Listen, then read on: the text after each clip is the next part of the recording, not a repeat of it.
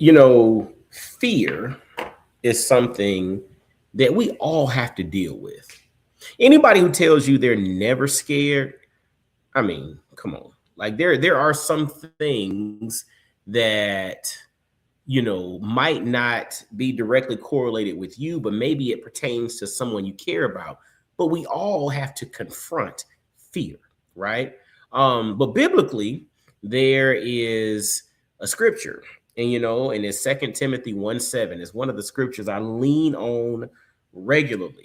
For God has not given us a spirit of fear, but of power, love, and a sound mind. So just because God didn't give it to us doesn't mean that it's still not there, right? And that's one of those things that we have to battle with on a regular basis. Fear. Fear. How do you handle fear? I was listening to a conversation with the Winships, and they have an amazing platform, and they were talking about fear and dealing with fear, and the biblical way to deal with fear is with pretty much just all encompassing love, which obviously God is love. So you deal with fear by having God, right? Like that love, that total, comforting love is the thing that legitimately deals with fear.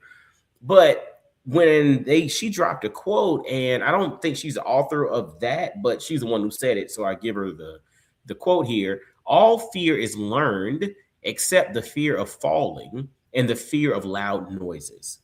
Meaning, naturally, we have this innate fear in us of falling. So high places, we have this innate fear in which falling is something that we're scared of. On the flip side, loud noises. But I guess from an evolutionary perspective, that loud noises have almost always been an indication of some type of impending danger. So those are two things that are inside of us that we have naturally. But pretty much every other fear is a learned fear. Why do we fear certain animals? Why do we fear money issues? Why do we fear being alone? Why do we fear, like, all of these things are learned behaviors? And so it just made me really stop and think about what we are teaching those that are around us. So what are we teaching our children? What are we teaching our grandchildren? What are we teaching people who interact with us as it pertains to fear? Especially if you come back to this quote of all fear is learned except the fear of falling and the fear of loud noises. So falling, again, these are like danger triggers, right? Your body kind of understands that if I fall, I could get hurt, I could die, right? And the other part to it is if something is loud, it's typically loud for a reason. That's an indicator of impending danger. I get those. Those are embedded inside of us. But the reality is, if every other fear is learned, why or who or what are we teaching? And this is why I think it's so important for us, people who are in leadership capacities, people who are parents, whatever it may be. It's so important for us to confront our own fears. Because if we don't confront our own fears, those fears that we have end up spilling over into the lives of everybody connected to us. You think about that spoken wheel concept, right? Where you're the middle of the wheel and then you have all these spokes connected to you, right? And all of those spokes represent somebody else. Could be, again, a spouse, a child, grandchildren, co-workers, business partners, family members, friends, neighbors, etc. Those are all spokes connected to you.